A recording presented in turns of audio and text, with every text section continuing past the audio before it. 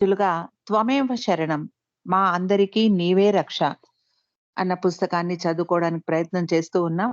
ఈరోజు క్రికెట్ అంటే నాకెంతో ఇష్టం అంటున్నారు బాబా. అదేంటో తెలుసుకుందాం. 1959 ఏప్రిల్ 2 గురువారం ఉదయం 9 గంటలకు విలేకరులతో మాటామంతి. మెహర్ బాబా పూణేలోని గురుప్రసాద్‌లో ఉన్నారు. వారంలో కేవలం ఆదివారం నాడు మాత్రమే బాబా దర్శనార్థం ప్రేమికులను అనుమతి ఇస్తున్నారు. అయితే పూణే క్రికెట్ అసోసియేషన్ తరపున ఆ సంస్థ కార్యదర్శి శ్రీ ఎంజి భావే భారత క్రికెటర్ల జట్టుకు బాబా వారి దర్శనం, ఆశీర్వచనం కోరాడు. 17 మంది భారతీయ క్రికెట్ బృందం ఇంగ్లాండ్‌లో జరగబోతున్న టెస్టు మ్యాచ్‌కు వెడుతున్నారు. బాబా దర్శనం కేవలం ఆదివారం మాత్రమే అనే నియమం ఉన్నా వీరికి మినహాయింపు ఇస్తూ 1959 ఏప్రిల్ 2వ తారీఖు గురువారం ఉదయం 9 గంటల సమయానికి బాబా అనుమతిచ్చారు. ఆ రోజున సరిగ్గా 9 గంటలకల్లా బాబా గురుప్రసాద్ హాల్‌లో సిద్ధంగా ఉన్నారు. అయితే క్రికెట్ ఆటగాళ్ళందరికీ ఆ రోజునే వైద్య పరీక్షలు నిర్వహిస్తూ ఉండటంతో వారి రాక కొద్దిగా ఆలస్యమైంది. క్రికెట్ బృందంతో పాటు స్థానిక జర్నలిస్ట్ కూడా ఈ సమావేశానికి బాబా అనుమతించారు.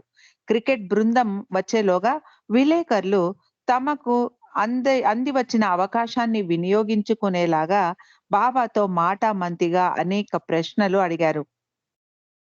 బాబా కూడా ఆ రోజున మంచి మూడ్‌లో ఉన్నారు. విలేకరులు అడిగిన ప్రశ్నలన్నిటికీ బాబా ఎంతో ఓపికగా జవాబిచ్చారు. తన చిన్ననాటి సంగతుల గురించి ప్రస్తావిస్తూ బాబా అనేక ఆసక్తికర విషయాలు చెప్పారు. ఆటల్లో నాకు అన్నిటికంటే క్రికెట్ అంటే చాలా ఇష్టం అన్నారు. నా చిన్ననాటి నుండి నేను క్రికెట్ ఆడాను. ముఖ్యంగా నేను క్రికెట్ ఆటలో వికెట్ కీపర్‌గా ఉండేవాడిని. నేను చదువుకున్న Saint Vincent high school junior college టీమ్‌కి, ఆ తర్వాత సీనియర్ జట్టుకి కూడా నేనే వికెట్ కీపర్‌గా ఎంపికయ్యాను. చిన్ననాటి నుండి నన్ను ప్రతి సంవత్సరం స్కూలు లీడర్‌గా విద్యార్థులందరూ ఏకగ్రీవంగా ఎన్నుకునేవారు. అంతేకాదు విద్యార్థుల నడుమ ఏదైనా చిన్నపాటి మనస్పర్ధలు తలెత్తినా వాటి పరిష్కారానికి నన్నే పిలిచేవారు. చిన్ననాటి నుండి తోటి పిల్లలందరూ నా పట్ల ఆకర్షితులయ్యేవారు. నేను పెద్దయ్యాక దేవుడు నా పట్ల ఆకర్షితుడయ్యాడు. నేను దేవుడితో ఒక్కటయ్యాక ప్రపంచమంతా ఉన్న ప్రజలందరూ నా పట్ల ఆకర్షితులవుతున్నారని బాబా అన్నారు. సెయింట్ విన్సెంట్ హై స్కూల్ తర్వాత పూణేలోని డెక్కన్ కాలేజీలో చేరాను. అక్కడ కూడా నేను చాలా క్రికెట్ మ్యాచ్‌లు ఆడాను. ఒకసారి పూణే క్లబ్ మైదానంలో క్రికెట్ మ్యాచ్ జరుగుతోంది. ఒక సందర్భంలో ప్రముఖ క్రికెట్ ఆటగాడు ఆల్ రౌండర్‌గా పేరెన్నిక గన్న యూసఫ్ బేగ్ బ్యాటింగ్ చేస్తూ ఉన్నాడు. వికెట్ కీపింగ్‌లో నా సామర్థ్యం గురించి యూసఫ్‌కు బాగా తెలుసు. అయినప్పటికీ ఆ రోజున జరుగుతున్న ఆటలో అతన్ని ఔట్ చేయమని నాతో సవాలు చేశాడు. నేను సరేనని అంగీకరించాను. మొదటి 4 బంతులు యూసఫ్ చాలా జాగ్రత్తగా ఆడాడు. కానీ ఐదో బంతిని కొట్టడానికి అతడు తన స్థానం నుండి కొంచెం బయటికొచ్చాడు. నేను వెంటనే వికెట్స్‌ని కొట్టడంతో అతడు ఓటమి పాలయ్యాడు. ఛాలెంజ్‌లో నేను గెలిచాను. యూసఫ్ బేగ్ నా దగ్గరికి వచ్చి నన్ను మనసారా అభినందించాడు. ఆ రోజుల్లో నేను ఆటలు ఆడడం లేదు కానీ క్రికెట్ ఈ రోజుల్లో నేను ఆటలు ఆడడం లేదు కానీ క్రికెట్ అంటే నాకింకా ఎంతో మక్కువ అన్నారు. మహారాష్ట్ర క్లబ్ కానీ, డక్కన్ జిమ్‌ఖానా గ్రౌండ్ గుండా నేను వెడుతూ ఉంటే ఇప్పటికీ నా కారు కొద్దిసేపు ఆపి అక్కడ ఆడుతున్న ఆట చూసి నేను ముందుకు వెళ్తాను. నేను దాదాపుగా అన్ని ముఖ్యమైన క్రికెట్ టెస్ట్ మ్యాచ్‌లు చూశాను. ఏ కొద్దిపాటివో చూడలేకపోయాను. ఇండియా వర్సెస్ వెస్టిండీస్ నడుమ క్రికెట్ ఆట ఢిల్లీలో జరుగుతూ ఉంటే, నేను ప్రత్యేకంగా క్రికెట్ కోసం ఢిల్లీ వెళ్ళాను. గత ఏడాది అహ్మద్‌నగర్‌లో జరిగిన రంజీ ట్రోఫీకి వెళ్ళాను. ప్రేక్షకుల నడుమ ఉన్న నన్ను చూసి అహ్మద్‌నగర్ జిల్లా పోలీసు సూపరింటెండెంట్ నా దగ్గరికి వచ్చాడు.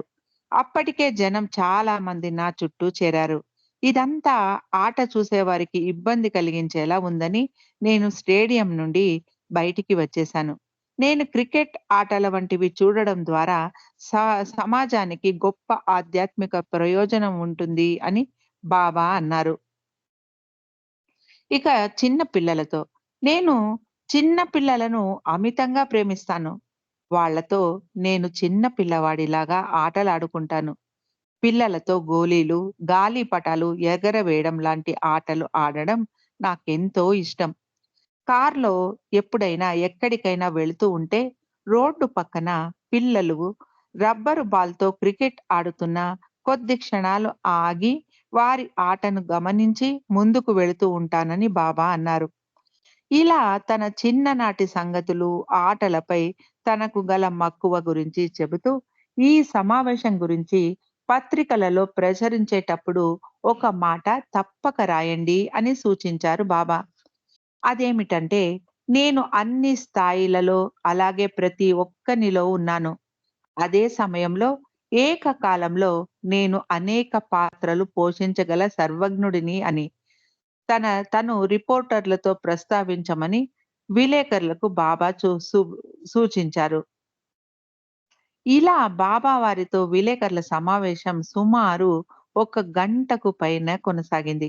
ఎన్నో ప్రశ్నలకు సావధానంగా బాబా తన సౌజ్ఞలతో జవాబులిచ్చారు. ఆ తర్వాత భారత క్రికెట్ టీమ్స్ బాబా ఎదుటకు వచ్చారు. ఇంగ్లాండ్‌లో ఆట బాగా ఆడాలని ఆశీర్వదించమని కోరారు. అందుకు బాబా ఇలా అన్నారు. ప్రేమ నిండిన హృదయాలతో నన్ను గాఢంగా ఆలింగనం చేసుకోండి. అలాగే నా ప్రేమను మీతో ఇంగ్లాండ్‌కి తీసుకెళ్ళండి. మిమ్మల్ని ఆశీర్వదిస్తూ ఉన్నాను. ఒకవేళ వెస్టిండీస్ టీమ్‌తో మీరు బాగా ఆడలేకపోయినా భయపడవద్దు. అందరూ కలిసి సమిష్టిగా విజయం కోసం కృషి చేయండి. అన్నిటికంటే మిన్నగా మీకు నాపై ఉన్న ప్రేమ మీద మీ విజయం ఆధారపడి ఉంటుంది. మీతో నా ప్రేమను తీసుకెళ్ళండి. మీరు విజయం సాధిస్తారు అని బాబా ఆశీర్వదించారు. ఆ పిదప బాబా తిరిగి మరోమారు ప్రతి ఆటగాడిని ప్రేమగా ఆలింగనం చేసుకున్నారు. I am the greatest all rounder అన్నారు బాబా. అవతారుని సందేశంతో కూడిన life at its best 21 fragments పుస్తకాలను ఆటగాళ్లకు అందజేశారు. ఆ తర్వాత బాబా వారి సందేశం I am the greatest all rounder Eruch చదివి వినిపించారు. మీలో కొందరు ఆల్ రౌండర్స్ ఉన్నారు. అయితే నేను యుగాలుగా గొప్ప ఆధ్యాత్మిక ఆల్ రౌండర్‌ని అని అన్నారు బాబా. ఇలా ఎందుకంటున్నానంటే, నేను సాధువులు, యోగులు, తత్వవేత్తలు, క్రికెటర్లతో పాటు పాపులు, దుష్టులు అని పిలువబడే వారందరి పట్ల నాకు సమభావన ఉంటుంది అన్నారు. మీ ప్రతి చర్యలో ప్రేమతో మసులుకోవడాలని మీరు ప్రతి చర్యలో ప్రేమతో మసులుకోవాలని నేను మిమ్మల్ని ఆశీర్వదిస్తున్నాను అన్నారు. తిరిగి ప్రతి క్రీడాకారుడికి బాబా ఆలింగనం ఇచ్చారు.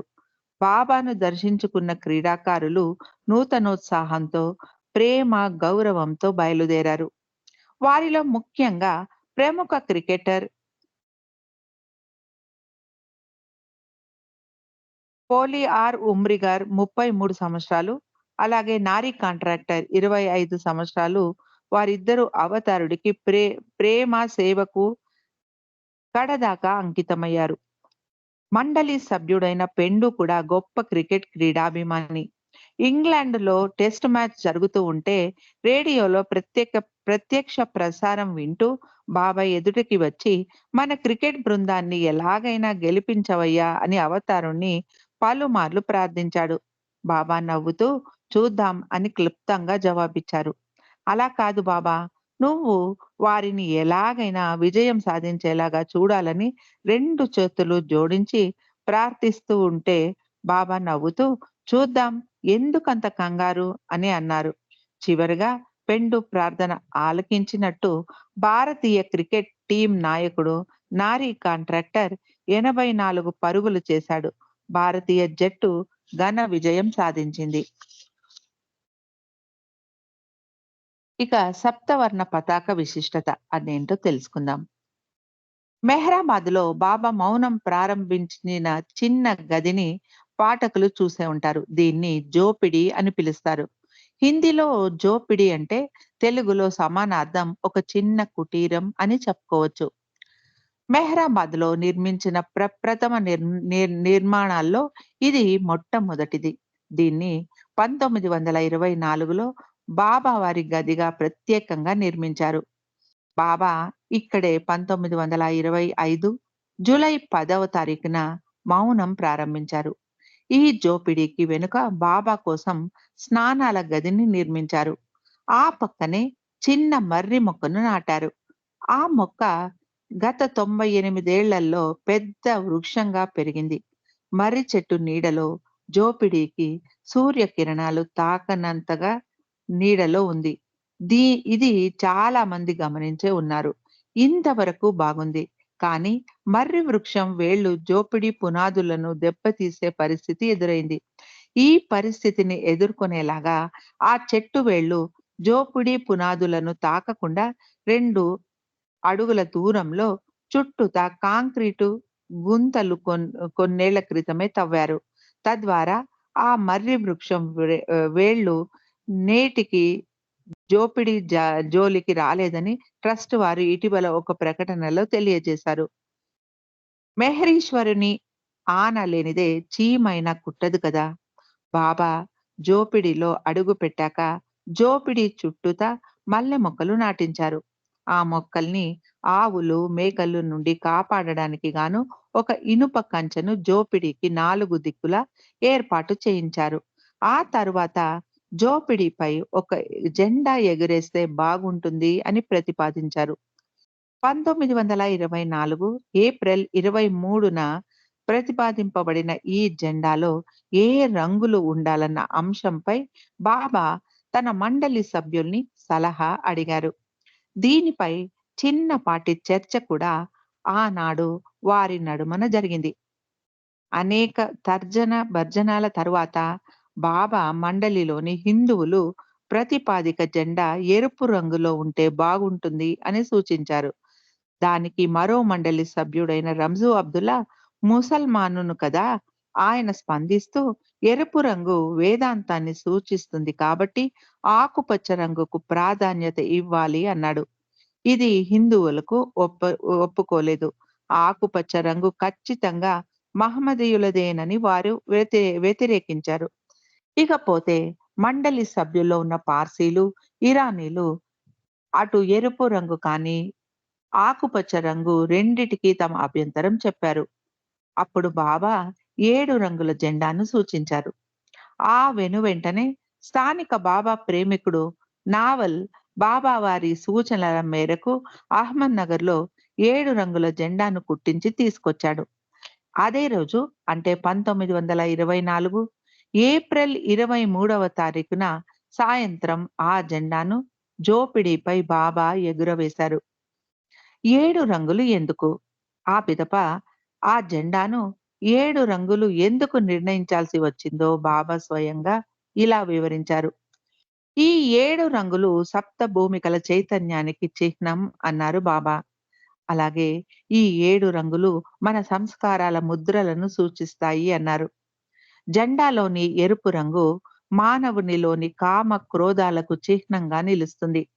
అలాగే నీలాకాశం రంగు ఉన్నతోన్నతమైన ఆధ్యాత్మిక స్థితికి భగవత్ చైతన్యం పొందడాన్ని సూచిస్తుంది అని బాబా వివరించారు. ఆ రకంగా సప్తవర్ణ పతాకం మానవుని ఆధ్యాత్మిక ఎదుగుదలని సూచిస్తుంది అన్నారు. సప్తవర్ణ పతాకంలో 7 రంగుల అమరిక గురించి సూచిస్తూ ఎరుపు రంగు అన్నిటికంటే అట్టడుగున ఉండాలి అన్నారు. నీలాకాశం రంగు జెండాకు అగ్రభాగాన ఉండాలని సూచించారు. మిగతా 5 రంగులు మీ ఇష్ట ప్రకారం ఏర్పాటు చేసుకోవచ్చు అన్నారు బాబా. బాబా వారి సలహా ఇదేంటో తెలుసుకుందాం. మెహర్ బాబా ఎవరు? ఏమిటి? అని తెలియజేయడమే బాబా కార్యక్రమం అన్నారు బాబా. 1958 ఫిబ్రవరిలో మెహరాబాద్‌లో ఏర్పాటు చేసిన తన ప్రేమికుల సహవాస్‌లో బాబా కార్యక్రమాల నిర్వహణ గురించి చాలా స్పష్టంగా చెప్పారు. ప్రతి ఒక్కరిని ప్రేమించండి. ఎవ్వరిని దూషించవద్దు. ఎవ్వరికీ హాని తలపెట్టవద్దు. నిష్కల్మషమైన, నిర్మలమైన హృదయంతో నిత్య జీవితం గడిపే ప్రయత్నం చేయండి. అదే బాబా కార్యక్రమం అన్నారు బాబా. బాబాని ప్రేమించాల్సిన రీతిలో ప్రేమించడమే గొప్ప బాబా కార్యక్రమం అన్నారు. బాబా కార్యకర్తలుగా పైన చెప్పిన గుణగణాలు మీలో లేని పక్షంలో ఇవన్నీ మీరెలా ఇతరుల్ని మీరు ఎలా ప్రోత్సహించగలరని బాబా ప్రశ్నించారు. నా కార్యక్రమాలు నేనే నిర్వహించగలను. నేనే పనిని, నేనే కార్యకర్తను, నేనే అన్ని. గ్రూప్ లీడర్‌లకు సహకరించండి. అతనిలో ఏదైనా లోపం ఉంటే వాటిని చూసి చూడకుండా పట్టించుకోని వారే నా నిజమైన కార్యకర్తలు అన్నారు బాబా. గ్రూప్ లీడర్‌లకు బాబానే తన కార్యక్రమాన్ని అప్పగించారని గుర్తు చేసుకోవాలి అన్నారు. ఆయా బృంద నాయకులకు కార్యకర్తలందరూ సహకరిస్తేనే బాబా కార్యక్రమాలు జయప్రదం అవుతాయి. నా కార్యకర్తలందరూ నేనిచ్చిన ఈ సలహాను పాటించండి. లేదంటే నా కార్యక్రమాలు చేపట్టడం మానివేయండి అని బాబా గట్టిగా హెచ్చరించారు.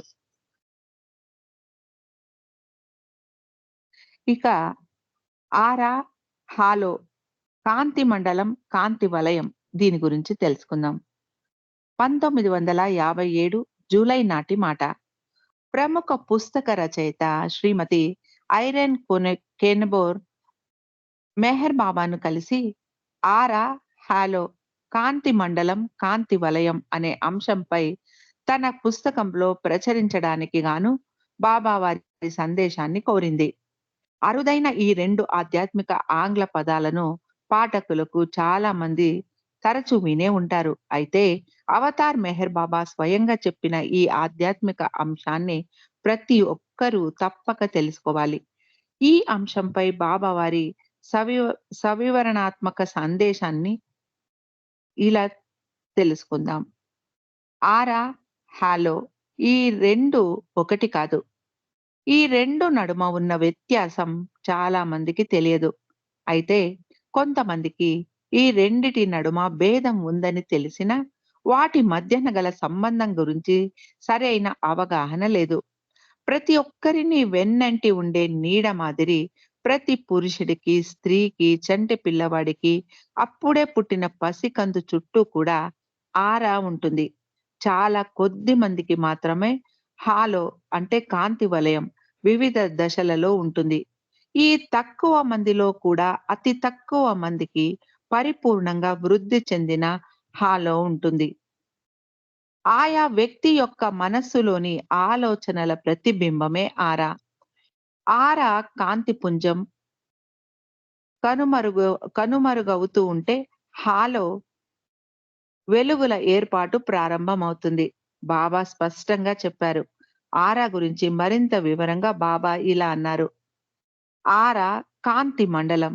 దీన్ని మానసిక ప్రతిబింబం అని కూడా అనవచ్చు.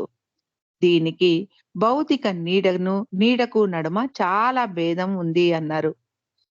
ఒక వ్యక్తికి ఉన్నంత వరకే ఒక వ్యక్తి ఉన్నంత వరకే అతడి నీడ ఉంటుంది. అయితే ఆరా విషయంలో అలా కాదు. మనిషి మరణించాక కూడా అతగాడి ఆరా చెక్కు చెదరక అలాగే ఉంటుంది. అలా ఎలాగా అని అంటే మరణం వల్ల ఒక వ్యక్తి భౌతిక శరీరం మాత్రమే ఉండదు. కానీ అతడి మనస్సుని ఆశ్రయించి ఉన్న సంస్కారాలు, సూక్ష్మ శరీరంతో పాటు ఉన్న ఆరాల్లో ఎప్పటిలాగే ఉంటాయి. అందులో ఎలాంటి మార్పు ఉండదు. మనిషి చేసే ప్రతి పని, అది ముఖ్యమైనది కావచ్చు, లేదా అప్రధానమైనది కావచ్చు. చిన్నది కానీ, లేదా అతి పెద్దది కానీ, ఉద్దేశపూర్వకంగా చేసినా, ఎలాంటి ఉద్దేశం లేకుండా అప్రయత్నంగా చేసినా, ఆయా చర్యల వల్ల ఆ వ్యక్తి యొక్క మనసుపై సంస్కారాల ముద్రలు పడతాయి. ఇదెలాగంటే గ్రామఫోన్ రికార్డుపై శబ్దాన్ని రికార్డు చేసినట్టు. అలాగే ఫోటో రీలుపై ముద్రించిన ఛాయాచిత్రంలా మనస్సులో ఆలోచనలు వచ్చిందే తడవుగా మనసుపై సంస్కారాల ముద్రలు ఏర్పడతాయి. సంస్కారాల ముద్రలకు తొలి మెట్టు వ్యక్తిగత ఆలోచనలు. కాబట్టి మనసులోకి వచ్చే ఆలోచనలకు, సంస్కారాల ముద్రల ఏర్పాటుకు నడుమ గట్టి బంధం ఉంది. అందువల్ల ఆరా అంటే ఏమిటి అంటే, ఒక వ్యక్తి చేసిన ఆలోచనలు, అతడు చేసిన పనుల వల్ల అతడి మనసుపై పడ్డ సంస్కారాల ముద్రల ప్రతిరూపమే ఆరా. సంస్కారాలు ఉన్నంత వరకు ఆరా ఉండి తీరుతుంది. అది 7 రంగుల కలయికతో ఉంటుంది. సంస్కారాల ప్రభావాన్ని అనుసరించి 7 రంగులు ఉంటాయి. సంస్కారపు సాంద్రతను బట్టి దానిని సూచిస్తున్న రంగు అంత గాఢ ముదురు రంగులో ఉంటుంది. మనుషులందరూ ఒకటే. అవయవ సౌష్టంతో అందరూ ఒకేలాగా ఉన్నా, ఏ ఇద్దరు వ్యక్తులు ఒక రకంగా ఉండరు. అందువల్లనే అందరి ఆరా ఒకే రీతిగా ఉండదు. ప్రతి వ్యక్తి కాంతి మండలంలోనూ 7 రంగులు తప్పకుండా ఉంటాయి. ఆరా 7 రంగుల సమ్మేళితమైన ఆయా వ్యక్తుల సంస్కారాల స్వభావాన్ని బట్టి వారి యొక్క ఆరా రంగు తీరు ప్రస్ఫుటంగా ఉంటుంది. ఉదాహరణకు కామ వాంఛలు అధికంగా ఉన్న వ్యక్తి ఆరాలో ఎరుపు రంగు ఎక్కువగా కొట్టొచ్చినట్టు కనపడుతుంది. ఒక వ్యక్తి ఆధ్యాత్మిక పదంలో పురోగమిస్తున్న కొద్దీ అతడి ఆరా ప్రకాశం తరుగుతూ ఉంటుంది. అదే సమయంలో అతగాడి హాలో ప్రకాశం క్రమేణా వృద్ధి చెందటం ప్రారంభమవుతుంది. ఆధ్యాత్మికంగా ఆ వ్యక్తి ప్రగతి సాధిస్తూ ఉంటే ఆరా ప్రకాశం ఎంతగా క్షీణిస్తుందో, అదే దామాషులో హాలో ప్రకాశం అంతగా అభివృద్ధి చెందుతుంది. ఆరా పూర్తిగా అదృశ్యమయ్యే నాటికి హాలో పూర్తిగా ప్రకాశవంతంగా మారుతుంది. కాగా సాధకుడు ఆరవ జ్ఞాన భూమికలో సంపూర్ణ చైతన్యవంతుడైనప్పుడు హాలో దేదీప్యమానంగా వెలిగిపోతూ ఉంటుంది. భగవద్ అనుభవం పొందిన వ్యక్తికి 7వ జ్ఞాన భూమికలో అన్ని రకాల సంస్కారాల నిర్మూలన జరుగుతుంది. సంస్కారాల అలవా ఆలవాలమైన మనస్సు పూర్తిగా నశించిపోతుంది. ఎప్పుడైతే ఆరా అలాగే ఉండదు. 7వ జ్ఞాన భూమికలో ఉన్న వ్యక్తి అనంత శక్తి, జ్ఞాన, ఆనందములను ఎరుకతో అనుభవిస్తాడు.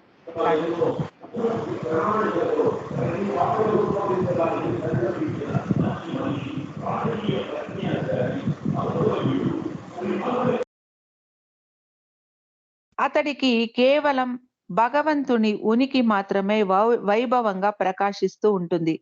అతడు మాయను జయించినవాడు. అందువల్ల మాయ తన ఉనికిని కోల్పోతుంది. ఒక వ్యక్తి ఆధ్యాత్మిక ప్రగతికి సంకేతంగా హాలో నిలుస్తుంది. ఆధ్యాత్మిక ప్రగతి సాధిస్తుంటే సంస్కారాల ముద్రలు క్షీణించి ఆరా స్థానంలో వర్ణరహితంగా ఉన్న హాలో ప్రకాశం క్రమేణా పెరుగుతూ దర్శనమిస్తుంది. ఒక వ్యక్తి సద్గురువు కృపా కటాక్షంతో ఆ సద్గురువు హాలోని దర్శిస్తే ఆ వ్యక్తి చూసినది సద్గురువు హాలో కాదు, స్వయంగా తన కాంతి వలయంలోని కొంత భాగాన్ని తాత్కాలికంగా సద్గురువు కాంతి మండలంగా చూస్తాడు. సద్గురువు కాంతి వలయాన్ని సాధారణ మానవుల చర్మ చక్షువులతో చూడడం అసాధ్యం.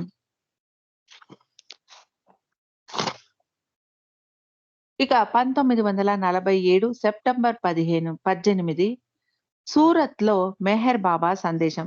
ఇదేంటో తెలుసుకుందాం. నేను జొరాస్ట్రియన్ వంశంలో జన్మించాను. పార్షీయులు చాలా మంది మీ వంశంలో నేను జన్మించానని మీరు చాలా ఆనందంగా ఉన్నారు. ఈ రోజున మీ అందరితో ఇక్కడ ఉన్నందుకు నాకు చాలా ఆనందంగా ఉంది. నా పట్ల మీకు గల ప్రేమ, భక్తి వల్ల నేను సూరత్‌కి వచ్చినందుకు ఆనందంగా ఉంది. మా దేశం, మా వంశం, మా కులం, మా ఊరు అంటూ నేను మీ వంశీయుడిగా ఉన్నందుకు మీరెంతో అదృష్టవంతులుగా భావించవచ్చు. కానీ నాకు అవన్నీ అప్రధానం. బాటసారి తాను నిర్దేశించుకున్న గమ్యం వైపు వెళ్ళేందుకు ప్రయత్నించాలి. అంతేకాని దారిలో తనకు ఎదురైన చిన్న చితక విషయాలపై గురిపెట్టి ఆవేశంగా పలువురితో తగువులాడుకుంటూ ముందుకు సాగడం అతని అవివేకానికి నిదర్శనమవుతుంది. ఒక రహదారి చాలా ఎత్తుగా ఉంది. మరొకటి గుంటలతో నిండి ఉంది. మూడవ రోడ్డు నది ప్రవాహం వల్ల బాగా దెబ్బతిని ఉంది అనుకుందాం. అలాగే ఒకడు వేగంగా నడవగలుగుతాడు. మరొకడు మెరుపు వేగంతో పరిగెట్టగలుగుతాడు. మూడవ వాడు గత ఈజ గత ఈతగాడు అనుకుందాం. గజ ఈతగాడు అనుకుందాం. అయితే వీరందరికీ కావాల్సింది వారి వారి గమ్యాన్ని చేరడమే ప్రధానం కదా! కుందేలులాగా పరిగెత్తేవాడు నత్తలతో పోటీ పడేవాడితో జత కట్టాలనుకుంటాడా? అన్ని సమస్యలకు ప్రధానం స్వార్థం. స్వార్థం వల్లనే ఎంతటి గొప్ప వ్యక్తైనా జంతువులా ప్రవర్తిస్తాడు. స్వార్థం విడనాడి ప్రేమను ఆస్వాదించండి. ప్రేమ త్యాగానికి ప్రతీక. ప్రేమకు ఇవ్వడమే కానీ తిరిగి తీసుకోవాలనే ఆకాంక్ష ఉండదు. ప్రేమ ద్వారా సాధించలేనిది ఏమీ లేదు. ఎంతటి త్యాగానికైనా ప్రేమ సిద్ధమవుతుంది. నేను భగవంతుడను, అపరిమితుడను, అవ్యక్తుడను అయినప్పటికీ నేను నా ప్రేమికుల ప్రేమకు వశమవుతాను. నిజమైన ప్రేమ ఎంతో మహత్తరమైనది. నిజమైన ప్రేమతో సాధించలేనిది ఏమీ లేదు. నిజమైన ప్రేమ అజరామరమైంది. అయితే ఈ స్వచ్ఛమైన ప్రేమలో మాటల్లో, చేతల్లో, తలపులలో ఇసుమంత స్వార్థం తలెత్తకుండా జాగ్రత్త పడాలి. ప్రేమ ఎప్పుడూ త్యాగాన్ని కోరుకుంటుంది. ఎలాగైతే వాతావరణంలో వెలుతురు, వేడి కలిసిమెలిసి ఉంటాయో, అదే మాదిరిగా ప్రేమ, త్యాగం జంటగా ఉంటాయి. ఇది ఏ ఒక్క సందర్భానికో, వ్యక్తికో పరిమితం కాదు. నిజమైన, స్వచ్ఛమైన ప్రేమను అలవరుచుకోండి. దీనికి నిర్ణీత కాల పరిమితి ఏమీ లేదు. ఇప్పటికి జాప్యం జరిగిందన్న నియమం ఏదీ లేదు. నిరంతరం ప్రసరించే కాంతి పుంజంలా, జీవిత చక్ర భ్రమణంలా ప్రేమ నిర్విరామంగా ఉంటుంది. ఒక చిన్న వస్తువు అతి పెద్దదిగా భావించవచ్చు. ఒక పెద్ద వస్తువు అతి చిన్నదిగాను చూడొచ్చు. ఏది ఏమైనా ఆయా వస్తువుల్ని మనం కొలిచే విధానంపై ఆధారపడి ఉంటుంది. ప్రేమ, త్యాగానికి కొలమానాలు లేవు. ఇవి ఏ లెక్కల పుస్తకంలో రాసిపెట్టి లేవు. నిరంతరం ప్రేమమయ జీవనం గడపాలనే ఆశయంతో గడపండి. మీరెక్కడ ఉన్నా అంటే ఇంట్లో ఉన్నా, ఆఫీస్‌లో ఉన్నా, చిన్నవారితో ఉన్నా, గొప్పవారితో ఉన్నా, పల్లెల్లో, పట్టణాల్లో, దేశంలో, ప్రపంచంలో ఏ మూల ఉన్నా ప్రేమ, నిస్వార్థ సేవ అలవరుచుకోండి.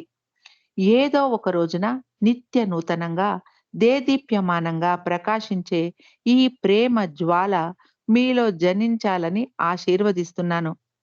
ప్రతి ఒక్కరికి నా ఆశీస్సులు. సెలవ్ అన్నారు మెహర్ బాబా. ఇక్కడ మెహర్ సందేశం. If you snap your connections with the world, you become free of all worries. ప్రాపంచిక విషయాలతో తెగదెంపులు చేసుకుంటే మీకు ఎలాంటి ఆందోళనలు, సమస్యలు ఉండవు. ఇక వాడియా పార్కులో గొప్ప బహిరంగ దర్శనం అదేంటో తెలుసుకుందాం. మెహర్ బాబా ప్రేమికులకు సెప్టెంబర్ 12 చాలా ముఖ్యమైన రోజు. అవతార్ మెహర్ బాబా 1954 సెప్టెంబర్ 12వ తేదీన అహ్మద్ నగర్‌లోని వాడియా పార్కులో గొప్ప బహిరంగ దర్శనం ఇచ్చారు. అహ్మద్ నగర్‌లో అవతారుడు తొలిసారిగా ఇచ్చిన బహిరంగ దర్శనమిది. ఈ ప్రాంతంలో ఇదే కడపటిది కావడం కూడా విశేషం. ఈ ప్రజాదర్శనంలో స్థానికులు, అహ్మద్‌నగర్‌కు చుట్టుపక్కల గల అనేక గ్రామస్తులు సుమారు 1,00,000 మందికి పైగా మెహరుని దర్శించుకున్నారు. ముందు రోజు రాత్రే ఎందరో ఎడ్ల బండ్లను కట్టుకొని నగర్ చేరుకున్నారు. ఢిల్లీ, డెహ్రాడూన్, నాసిక్, నాగ్‌పూర్, పూణే, ముంబై ఇలా పలు ప్రదేశాల నుండి ఎందరో అవతారుడి దర్శనానికై నగర్ చేరుకున్నారు. పాశ్చాత్య బాబా ప్రేమికులు కూడా ఒక్క 20 మంది ప్రత్యేకంగా ఈ దర్శన కార్యక్రమానికై విచ్చేశారు. సెప్టెంబర్ 12న ఉదయం 9 గంటలకు టంచనుగా వాడియా పార్కులో ఏర్పాటు చేసిన వేదికపైకి బాబా విచ్చేశారు. బాబా వేదికపై కూర్చున్న కొద్ది క్షణాల్లో కిన్ కిందకి దిగి మీరందరూ వచ్చి నా పాదాలకు నమస్కరించడం వల్ల చాలా సమయం వృధా అవుతుంది కాబట్టి భగవంతుడు భగవంతుడికి నమస్కరించే రీతిలో మీ అందరికీ నమస్కరిస్తున్నాను అని ప్రకటించి విచ్చేసిన ప్రజలందరికీ వంగి నమస్కరించారు బాబా. ముందుగా ఏడుగురు పేదవారి కాళ్ళు కడిగి దైవ దక్షిణగా ఒక్కొక్కరికి రూ. 51 చొప్పున దక్షిణ ఇచ్చారు. ఏడుగురు మహిళలు బాబాకు హారతి పట్టారు. అనంతరం బాబా ప్రేమికుడు గాడేకర్ బాబాకు ఆరతి ఆలపించాడు. అహ్మద్‌నగర్ పురపాలక కార్పొరేషన్ పౌర సన్మాన పత్రాన్ని అవతారుడికి అందించింది. ఈ సందర్భంగా బాబా 3 ప్రత్యేక సందేశాలు ఇచ్చారు. ఇంగ్లీషులో ఉన్న ఆ సందేశాన్ని సరోజ్ ఇరానీ చదివి వినిపించాడు. డాక్టర్ సిడి దేశ్ముఖ్ మరాఠీలో అనువదించి ఆ సందేశాలను చదివి వినిపించారు. ముందుగా మెహర్ బాబాస్ కాల్ అని బాబా సందేశం ఇచ్చారు. I tell you all with my divine authority that you and I are not we but one. There is nothing but God. He is the only reality, and we all are one in the invisible oneness of this absolute reality. Do not waste your precious lifespan in differentiating and judging your fellow men, but learn to long for the love of God. Even in the midst of your worldly activities, live only to find and realize your true identity with your beloved God. భగవంతుడిని భగవంతుని ప్రేమ పొందేందుకు మీ జీవిత కాలాన్ని వినియోగించమని బాబా తన సందేశంలో పేర్కొన్నారు. అంతేకాని మీ చుట్టూతా ఉన్న వారి మంచి చెడులను బేరేజులు వేస్తూ కాలం వృధా చేయొద్దు అన్నారు. ప్రాపంచికంగా అందరి మధ్యన ఉంటూ కూడా భగవంతుని కోసం జీవిత కాలాన్ని వెచ్చించమన్నారు బాబా. ఈ మాదిరిగా బాబా వారి ప్రత్యేక సందేశాలు ఇచ్చిన పిదప ప్రజా దర్శనాన్ని ప్రారంభించారు. పండరీపురం నుండి గాడ్గే మహారాజ్, సాకోరి నుండి గోదావరి మాయి కూడా ఈ కార్యక్రమానికై వచ్చారు. అనంతరం ప్రజా దర్శన కార్యక్రమం ప్రారంభమై సాయంత్రం 6 గంటల దాకా కొనసాగింది. బాబా అలుపు ఎరగకుండా తండోపతండాలుగా వచ్చిన వారందరికీ స్వయంగా తన స్వహస్తాలతో ప్రసాదం ఇచ్చారు. మెరుపు వేగంతో బాబా ప్రసాదం పంచిపెట్టారు. మరో పక్కన ఆ రోజున ఒక 20,000 మందికి పైగా ఉచిత భోజన ఏర్పాట్లు పార్కు ఆవరణలో చేశారు. ఆ రోజున మధ్యాహ్నం 3 గంటలు దాటాక బాబా తన దర్శన కార్యక్రమానికి 15 నిమిషాల విరామం ఇచ్చి అక్కడే నేల మీద పేదల సరసన కూర్చొని పంక్తి భోజనం చేశారు. దివ్యమైన రోజు సెప్టెంబర్ 12.